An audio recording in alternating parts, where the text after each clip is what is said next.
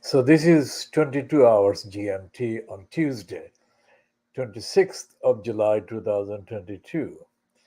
We've got two items on which we are commenting this evening in this edition. One is the Pakistan Supreme Court's decision to reject the corruption at the Punjab Assembly done by the collusion of the Deputy Speaker, who had been illegal in his behavior as the Supreme Court ruling elaborated during Tuesday.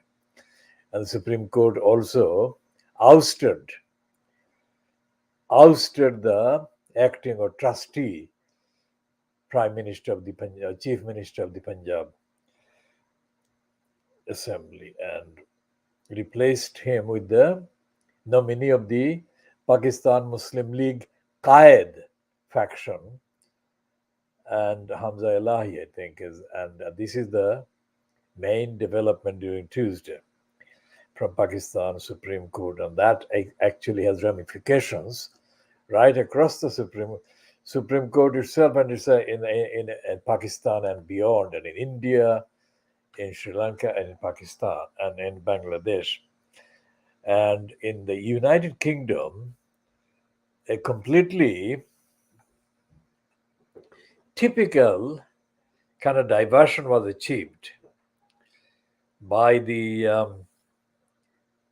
supporters of the nasty Conservative Party, who were being seen as the nastiest party in the UK by all quarters, when Kate McCann, the woman who was due to chair or present or host the latest episode of the so-called debate between Rishi Sunak and Liz Elizabeth Truss, collapsed. And so therefore that led to the cancellation of the whole program. And these are the two issues that we shall be talking about mostly in this edition and the context of the theme Justice for Baby Angel Geronimo, the KhoodeelaarTV television channel, part 2, being timed at 22 hours GMT, London, UK, Tuesday, 26th of July 2022. By London is meant the London region, the whole London region, the east of London. And what happened on the Tuesday during the debate, so-called, scheduled to, well, about to start, let's say, between Rishi Sunak and Liz Truss, was that the presenter, Kate McCann, collapsed. And immediately the program was cancelled or scrapped. And notice came up on the screen saying that the program has had to be cancelled. Let's see what actually came up on the screen. Let's see what.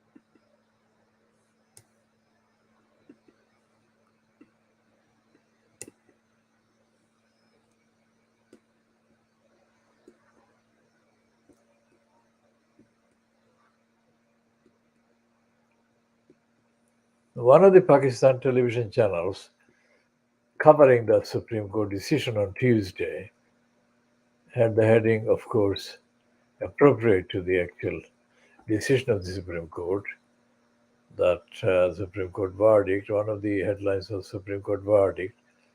I shall come to the next one or the other one that the television channel broadcast during the day. So we have been on air for 4 minutes and 40 seconds, and we shall be continuing. And there is a semi humorous, semi-satirical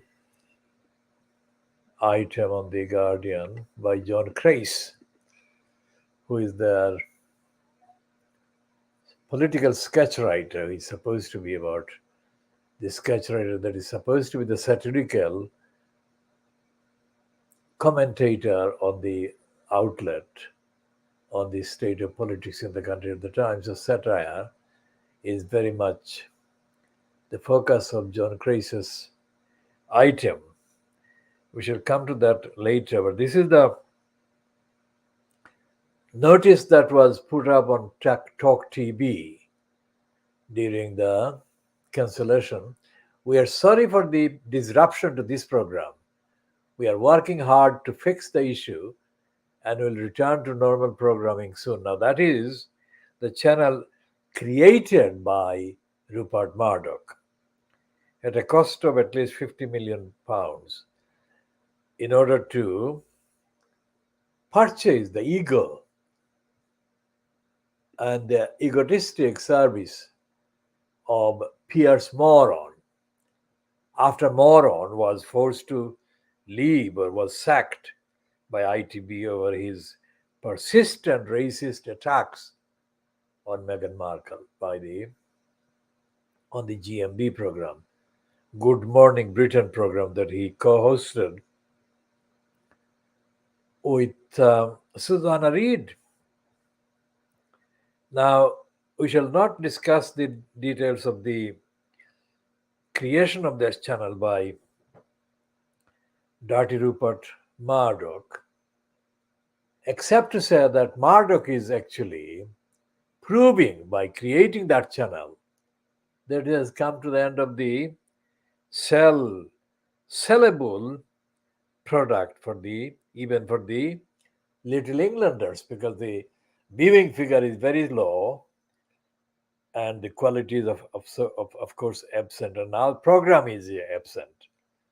Kate McCann was taken off, and as were the two, and this is the right moment to go to John Crace. Now, John Crace is the kind of satirical commentator on The Guardian.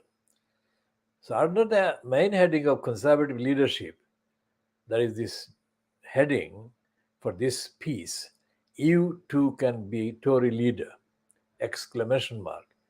Just follow John Crace's 16-part plan. And it has got a 16-part plan mocking Crace and mocking of the conservative contestants by John Crace, not mocking of Crace, but mocking by John Crace of the conservative candidates. And this is timed at 14:34 hours UK time, which is 13:34 hours GMT on Tuesday, the 26th of July, 2022. And he has got a list of 16 things that you could do to become a conservative leader. I'm not going to read those. I mean, even mentioning it once is bad enough.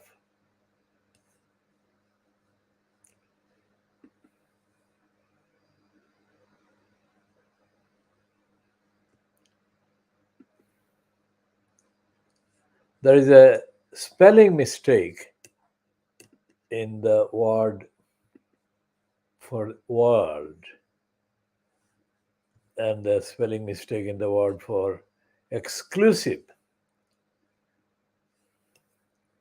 in our introductory text for this part 2. So one is the world and the other is exclusive. So I've corrected those now. So, but just saying for the sound that there were these two spelling errors.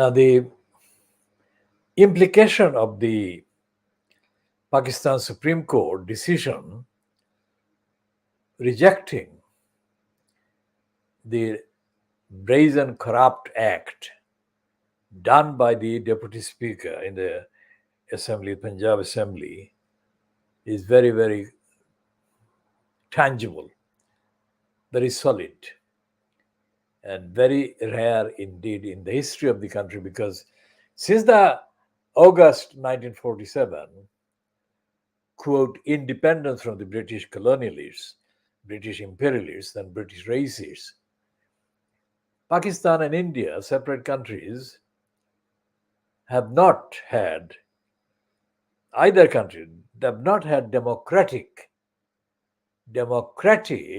original democratic kind of translation of the promises contained in the various slogans for independence and freedom. That doesn't mean that freedom and independence was not deserved by the people of India. The opposite.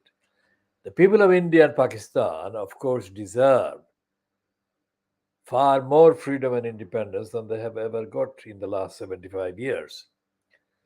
But Tuesday's decision, the ruling by the Pakistan Supreme Court, currently chaired, only recently began to be chaired by a man who was kind of officially licensed as a barrister, law trading barrister by the Lincoln's Inn. And what Imran Khan said during the day before the ruling was announced on Tuesday, the 26th of July, 2022, he mentioned Allama Muhammad Iqbal and Muhammad Ali Jinnah as the two lawyers. And he said that it was time for lawyers to get more interested in the course of Pakistan. Now, he didn't elaborate except to mention those two. But I'm saying that Imran Khan was wrong. It was not lawyers, licensed law traders, that Pakistan or the Pakistani people, ordinary people, need.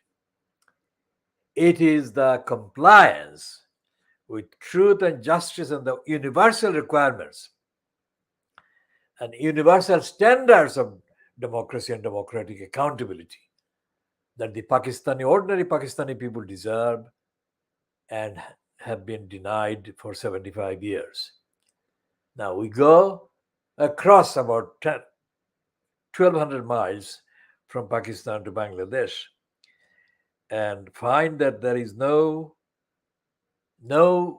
recognition by the Bangladesh counterpart of the Supreme Court of Pakistan of the obligations and the duties to deliver fairness and democratic vindication by the Bangladesh Supreme Court in favor of the people who contest the power and the abuse of the power by the Hasina-fronted regime in Bangladesh. And we go over to Sri Lanka and find that the Supreme Court is paralyzed as the offices of the President, the Prime Minister, and the Assembly, so far as we can see it. So we shall come over to those issues in due course. But going back to the Supreme Court decision in Pakistan, it is a landmark decision, not because of the post that it affects, but the landmark decision by the Pakistan Supreme Court, because this decision has been made without much of the criticism that the previous decisions have been followed by. And the reason why the Supreme Court has made the decision is, of course, it's not mentioned in the actual contents of the ruling, but it is actually influenced by the fact that there has been unprecedented upsurge of political democratic protests across Pakistan after Imran Khan's regime was ousted by manipulation of the Supreme Court, the same Supreme Court, but not chaired by the current chair. And I think this will be, if allowed to continue to the logical next steps, this can only be good for a democratic future of Pakistan. Now we come back to London and we see that Kate McCann. Now, Kate McCann used to be on the Sky News, and before that she was employed by the Murdoch News UK. Kate McCann is not a heavyweight. Kate McCann is a kind of middleweight kind of political presenter. And so, therefore, even if she hadn't fainted, it is impossible that she would have even asked any tough questions of either of the two remaining candidates, Rishi Sunak and Liz Truss. It's not a personal comment against Kate McCann, whose illness and sudden collapse we sympathize with in terms of her, and we wish her well and wish her speedy recovery to normal and best health, etc. But regardless of who the presenter is, it is impossible to expect from the Rupert Murdoch created, Rupert Murdoch owned, and Rupert Murdoch controlled Talk TV that it would have anything to do with the needs of the ordinary people in Britain as at the forefront of the questions for either of these two so-called leaders. And the other thing is that the Murdoch controlled empire was not created only because the big ego of Pierce Moron needed a bigger platform.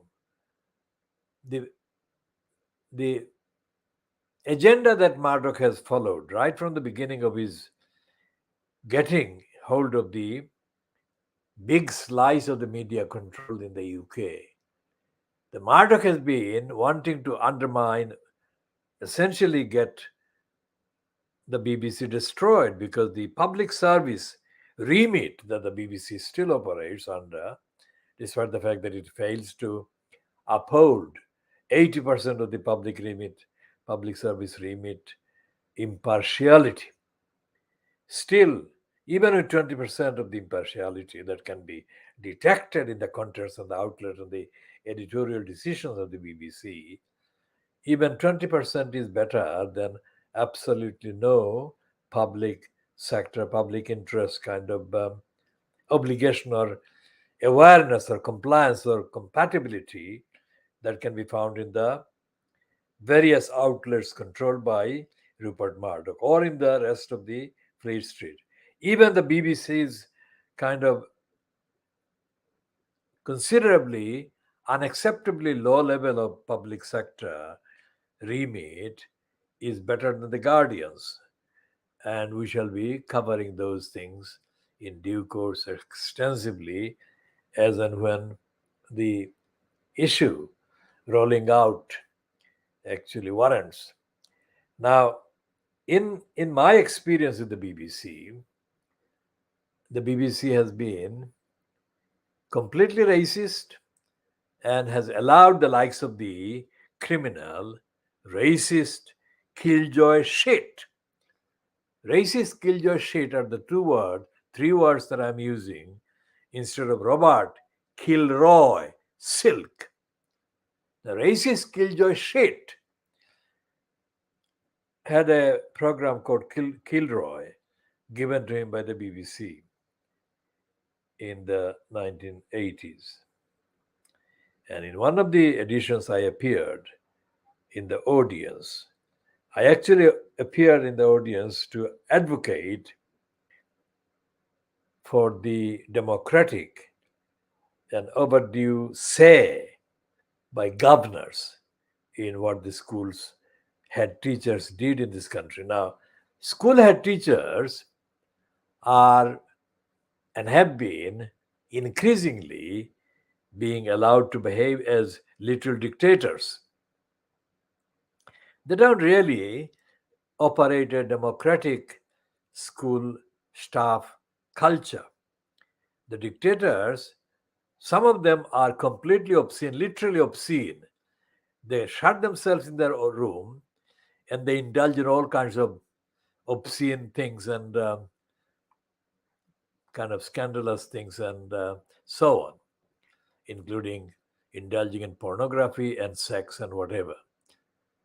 The head teacher's culture needs to be completely replaced in the UK, and we shall go into the details case by case. I took part in the democratic removal of about 12 head teachers in Tower Hamlets in the London borough of Tower Hamlets, based entirely on the behavior and misconduct of the head teachers. I mean, it was never the case that I had any relation or any near kin as a student at the school, but I became a governor because of my commitment to create democracy and democratic accountability in the management of schools. So I was governor of 4 schools, 2 primary schools, I think, 3 primary schools, I think, and 1 secondary school. Should go into the details of what happened in the period that I was a governor. And I shall show just how corrupt and criminal and racist and jealous and stupid the creeps were who, when they abused their membership of the Labour Party, to pass a motion saying that I should not be a Labour Party school governor any longer. That was not what happens ordinarily, because ordinarily appointees don't function, they're dysfunctional, then they can't make the difference between yes or no, right and wrong and whatever. They just serve as the token nominee in the post of the governor. Whereas I was seen, demonstrated as being demanding of the highest possible standard of the head teachers in the 4 schools that I was in. And they couldn't handle it. Most of the crooks and creeps cannot handle high standards, which is what is happening in the British Parliament, the British House of Commons, because the reason why a congenital liar, a completely, absolutely congenital liar and dishonest, depraved Boris Johnson could even serve as in the post of Prime Minister for even 1 month is a very, very heavy condemnation of the dysfunctionality and the corruption of the UK House of Commons. Again, we say that there is no constitution. The Britain is the only country in the world, or only mentionable country in the world, if you like, that has no written constitution. Think about that. So when there is no written constitution, there is no written code of conduct, the incumbent in the post of Prime Minister can be a lunatic, which is what Boris Johnson has been, can be a crook, which is what Boris Johnson is, can be a sadist, which is what Boris Johnson is, can be depraved, corrupt, cruel, and greedy, which all of which Boris Johnson is. Everything that Boris Johnson has done in office, in public office, like the 8 years that he was in the post of mayor at the expense of London, and the time that he has been in post as foreign minister during Theresa May's time as prime minister, and since then when he has been in the post of prime minister after he conspired to get Theresa May ousted so that he could get in. Everything Johnson has done has been corrupt, has been anti-democratic, had been so corrupt that he is now doing, even after staging a formal resignation, he's trying to create a return for himself. In fact, he is saying that he wants to be he wants to remain in the post of Prime Minister of the UK even after he's formally staged the resignation and formally indicated a date for his resignation. Now, the fact that he has been doing this and the fact that he can be doing it has a lot to do with the likes of the daily newspaper, the tabloid newspaper, the scum, which coexists with the Talk TV, both of which are owned and controlled by Dirty Digger, Rupert Murdoch. Because Dirty Digger Rupert Murdoch is not critical of the wrongdoings by Boris Johnson, nor is the scum, nor is any of the outlets that Dirty Digger Rupert Murdoch controls and owns. So it is not something that I'm saying as based on evidence so far, but it is arguable that Kate McCann suffered in the suddenly being found to be medically collapsed and unable to present a program. Because this is now going to become the most kind of prominent headline about that particular debate as compared to the mediocre, middle ranking headline if the debate had gone on. So, from the publicity point of view, the Dirty Digger Murdoch and the scum and others would be happy that Kate McCann suffered that collapse. That's how the sickness on the part of the Rupert Murdoch owned criminals that run or control the outlets. Rupert Murdoch has controlled the scum and the Sun and the Times and the Sunday Times and the Times Literary Supplement, the Times Education Supplement, and a host of other organizations, media organizations, including still having a very large share in the Sky News, which he founded, Sky television channel, which he founded actually. And he is mocking. He's mocking of the conservative opponent, that is Jeremy Corbyn, while Corbyn was imposed as leader of the Labour Party. They took Jeremy Corbyn apart every single time they published anything about him. And that has now been proven to have been, obviously we knew, as well as they knowing that they were lying against Corbyn. But now all the things that they did in support of the Conservatives have been now proven to be unsustainable, unsupportable. And so therefore, when Kate McCann collapsed, the news is now going to be about her collapsing rather than the contents of the empty contenders. Let's see what the latest headlines are showing about Kate McCann.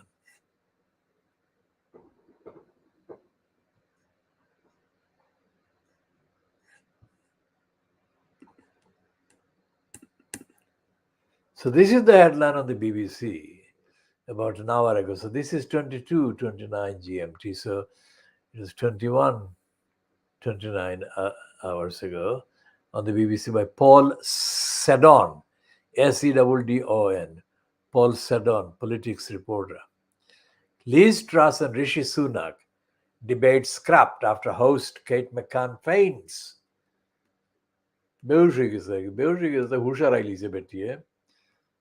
Even if she didn't faint and hush na raileo behush obosthay ache, because the whole agenda of the Murdoch-owned media is lunatically, insanely, irrationally engaged in promoting the narrative, promoting the agenda that the Tories are the better of the two parties in the UK to have control of the government and control of the resources of the country. Now, here is the piece that reads as follows: the latest Tory leadership debate between Rishi Sunak and Liz Truss has been cancelled after the presenter fainted on air. The Sun and Talk TV debate, hosted by journalist Kate McCann, abruptly halted around halfway through after a loud crash was heard. Now, this is the thing that I have corrected now. I didn't say that it had already begun. I said it was before the program began.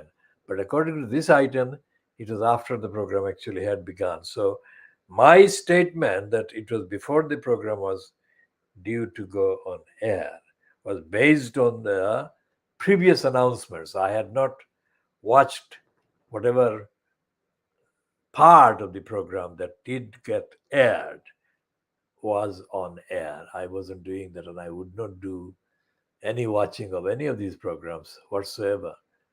Because the fact that I am having to talk about those two is itself very painful, because these are two of the most unfit persons to occupy the public post in the name of the people, the population in the UK.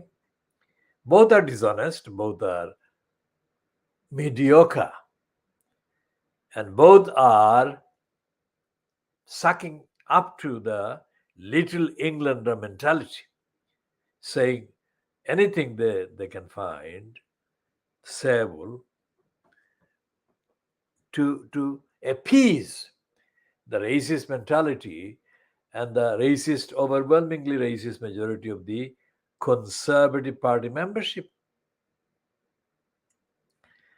And so there was on the list of their kind of planned scrapping of legislation in the UK that uphold the rights of the ordinary people against the state are the ones that actually relate to freedom of expression and the demand for information being kept by and manipulated by the state, various agencies, various stages of the state, in the name of safety of the country and safety of the regime, safety of the realm.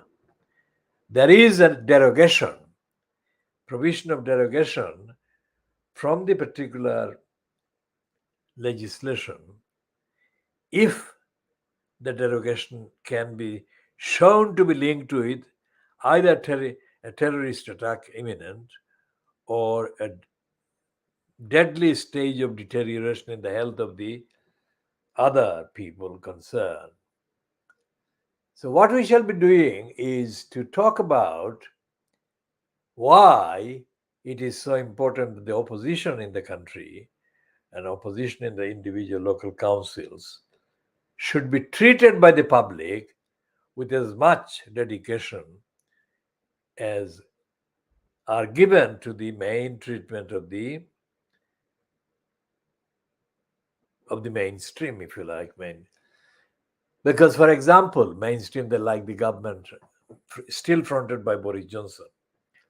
The point is that it is possible, it is hypothetical, but it is possible that any time, it's not just the collapse of Kate McCann, but Boris Johnson is still pushing his agenda in the debate between the two remaining contestants.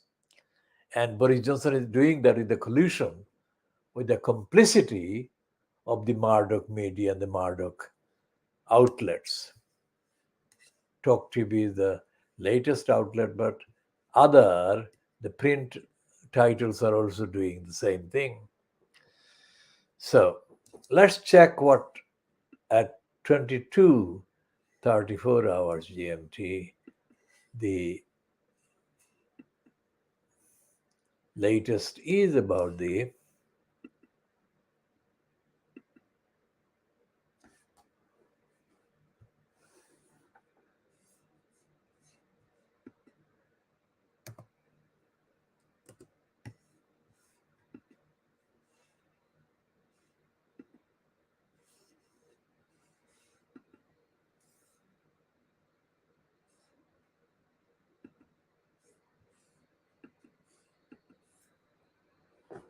So it says, or 16 minutes ago, it's an item on YouTube.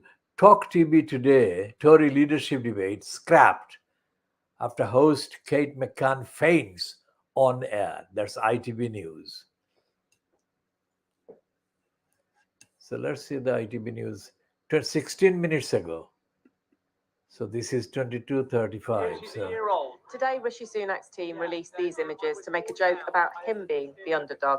But perhaps he needed to show his softer side after being accused of mansplaining. So that is the kind of sound of ITV reporter.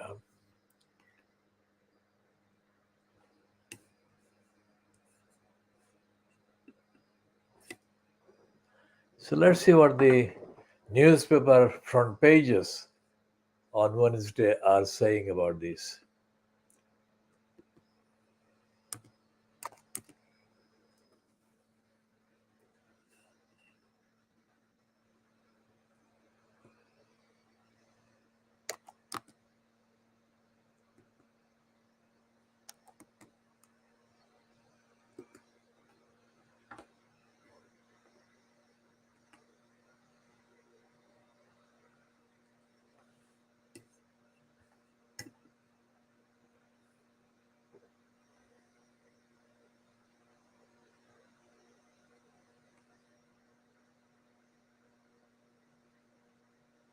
Says Sunak on the ropes as Tory debate host collapses. Now, why is the I newspaper saying that? We shall examine later.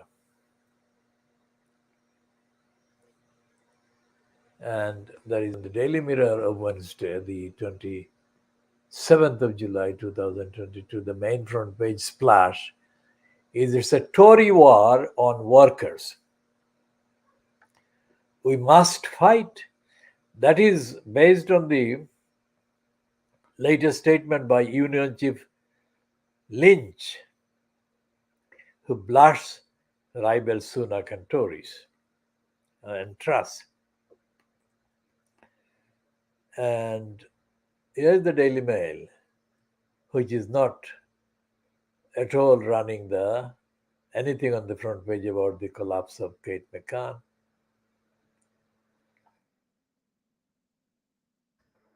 And the Times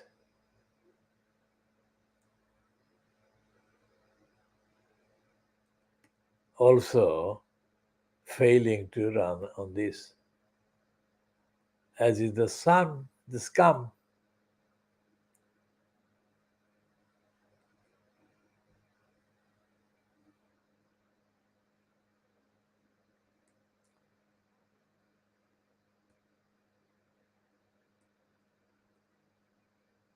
The Guardian is the only one on the front page, has got but the smallest item on the front page of the Guardian. Says Tory debate cut short as presenter collapses. But the main heading in the Guardian of Wednesday, the 27th of July 2022, is that ministers played fast and loose with 777 million pounds in COVID contracts. Now, fast and loose is a local phrase used in Britain, meaning that they were lying and they were kind of hiding things. But the use of playing fast and loose by the Guardian shows the Guardian's persistent complicity with the lying conservative crooked regime. Why should they use that? Instead of saying the ministers lied and were involved in fraud, massive, nearly, well, three-quarter of a billion pounds worth of contracts given under the COVID, but given corruptly and to crooks. And that money is mainly pocketed by the donors to the Conservative Party, who are in return rewarded by the Conservative crooks by being made, these donors, not the Conservative crooks, these donors being made members of the House of Peers and given other things. And that is part of the congenital liar Boris Johnson's features.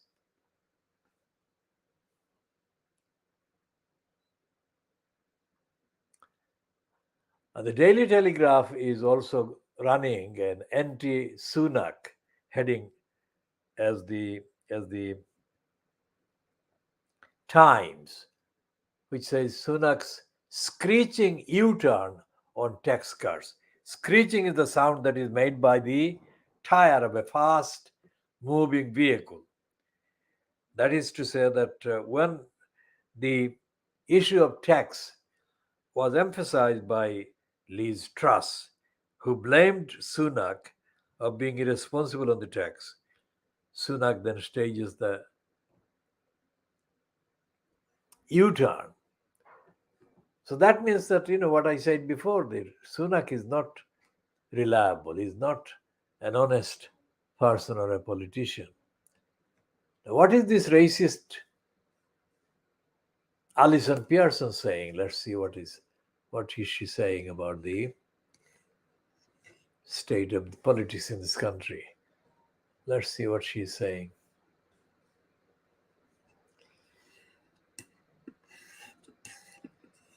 On the front page,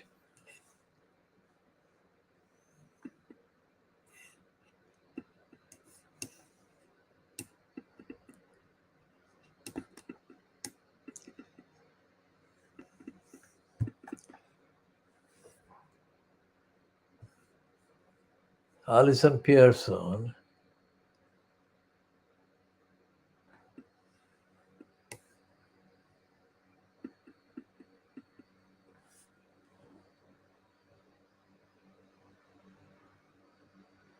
well, Alison Pearson is sympathetic to the Conservative Party. She's saying in the heading, of course, does the Tory party have a death wish?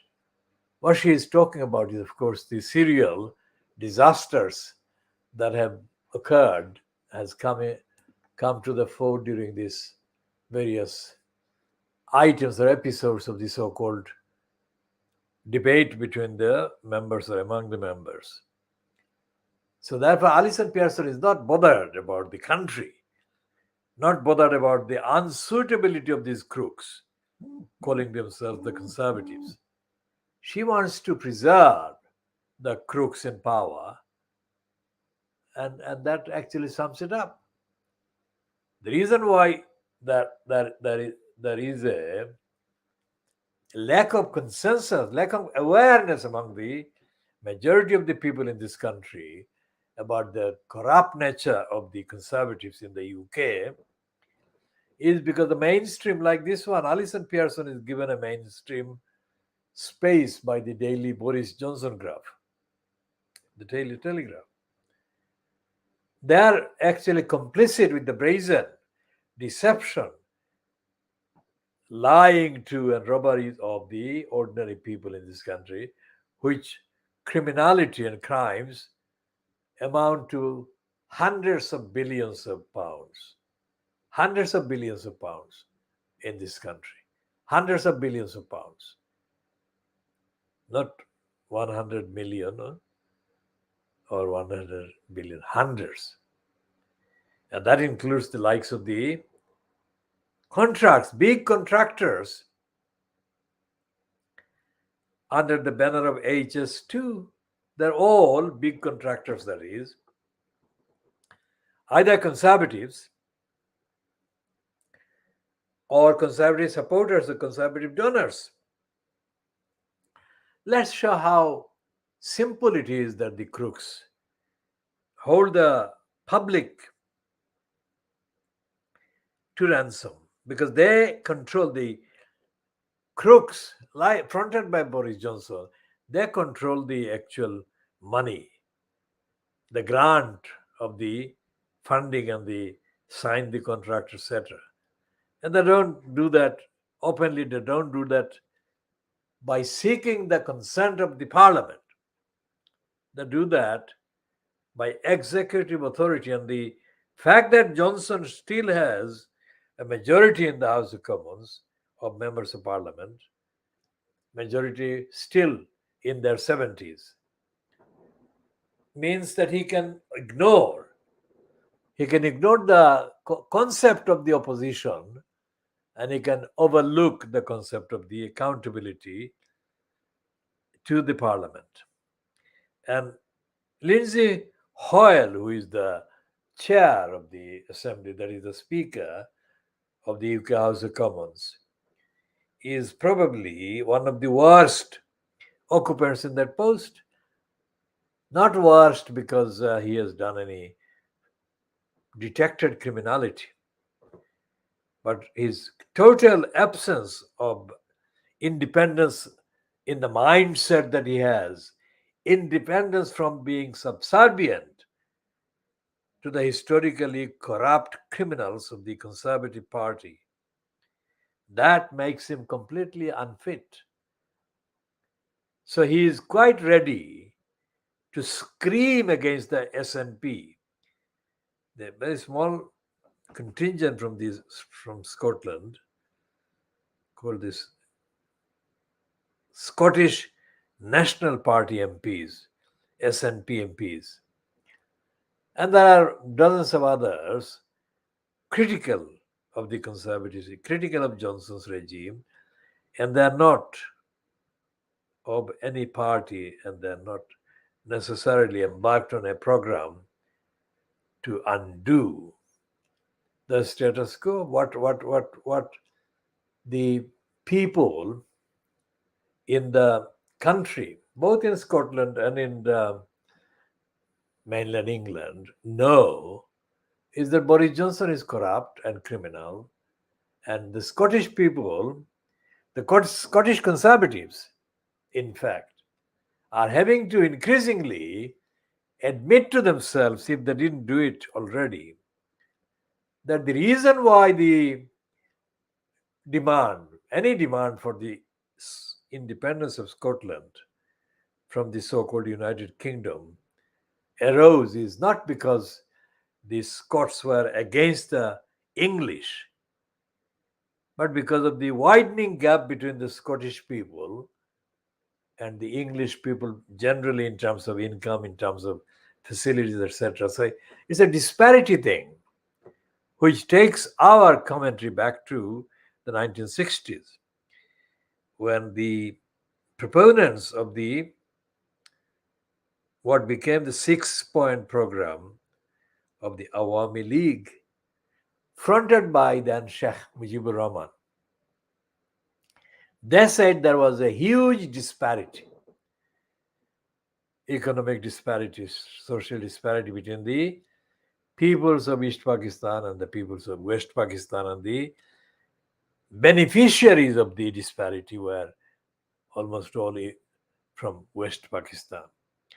Now, in the 1960s, I knew a man called Rahman Subhan. Subhan was installed as a lecturer in the economics department in the University of Dhaka. But Subhan, although he failed his Cambridge tripos, whatever, Subhan was overrated in terms of, he had a very powerful publicity machine. Subhan was overrated as an economist of unique competence and knowledge and whatever. Now, Subhan is the one that made the series of stupid claims that the Awami League retailed under the frontage of Sheikh Mujibur Rahman. Because Subhan said, and Awami League owned that kind of saying and used this as the slogan, that there was untenable and serious economic disparity between the people of East Pakistan and the people of West Pakistan. Now, the disparity did exist, but it was nothing to do with the ordinary people of West Pakistan being disposed against the ordinary people of East Pakistan.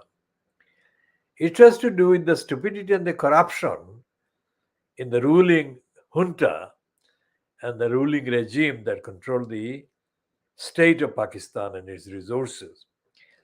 And the corruption and criminality actually was traceable to the behavior of Field Marshal Ayub Khan.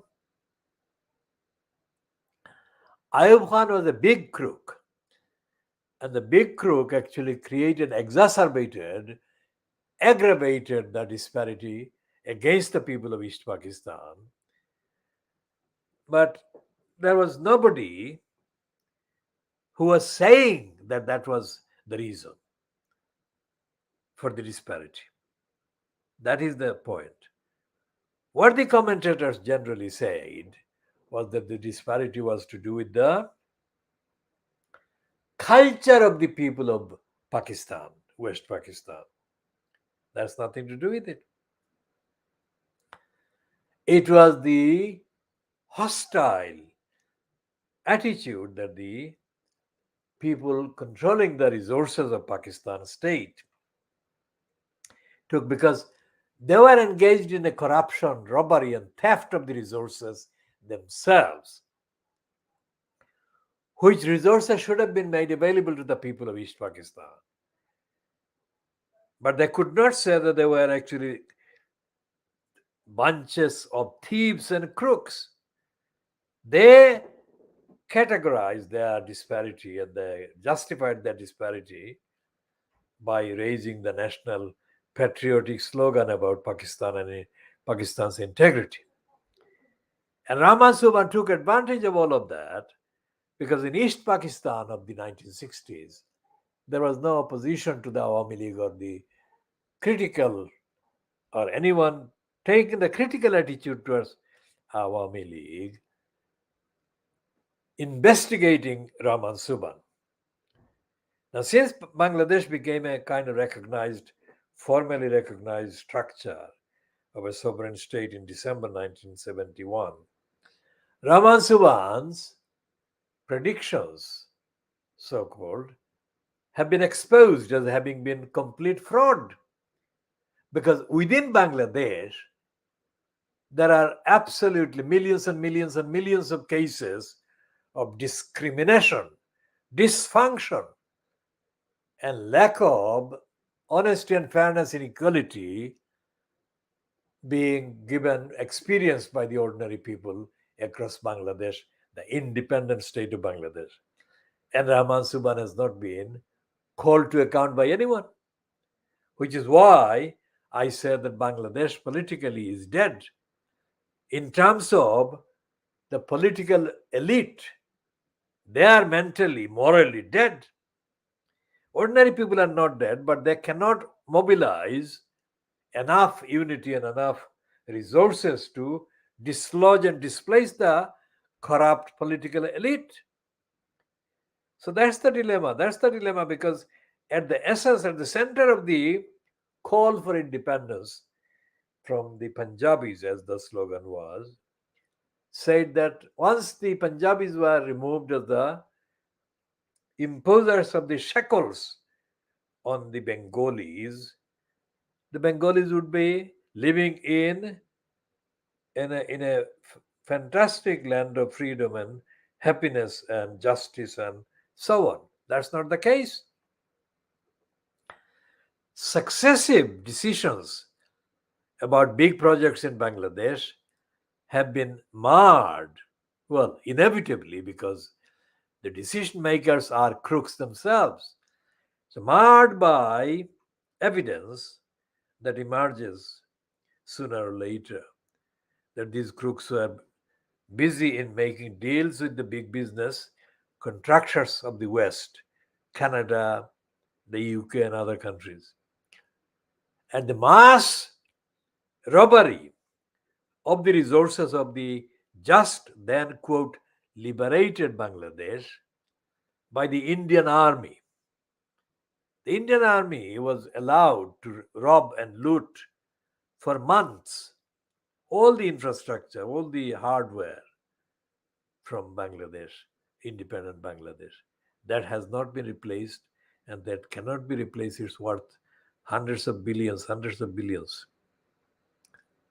So these are the issues that an opposition, a correct opposition party, would actually raise, but they are not being raised. These are the issues that will be investigated by a correctly independent media in Bangladesh, and they're not being. And the parliament is a parliament of frauds. It's a bogus parliament. The clap is a parliament of Lilliputians clapping at every word uttered by or in the name of Sheikh Hasina.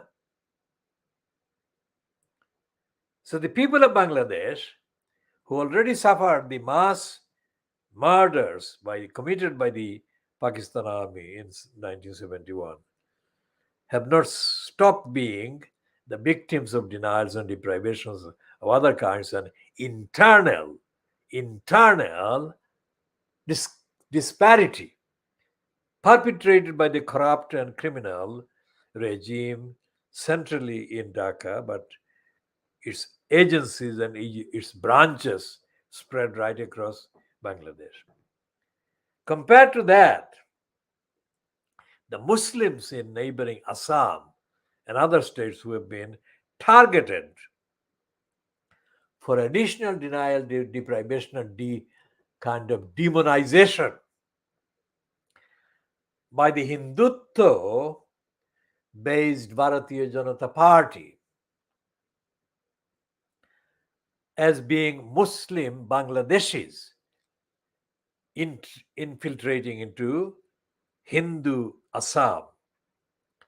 Those Muslims belong to Assam, they are Assamese. They have been there for generations, for centuries. And they have been abandoned by this Hasina-fronted regime in Bangladesh. She has sold her soul to the Hindutva devil, Narendra Modi, and his co-devil, Amit Shah.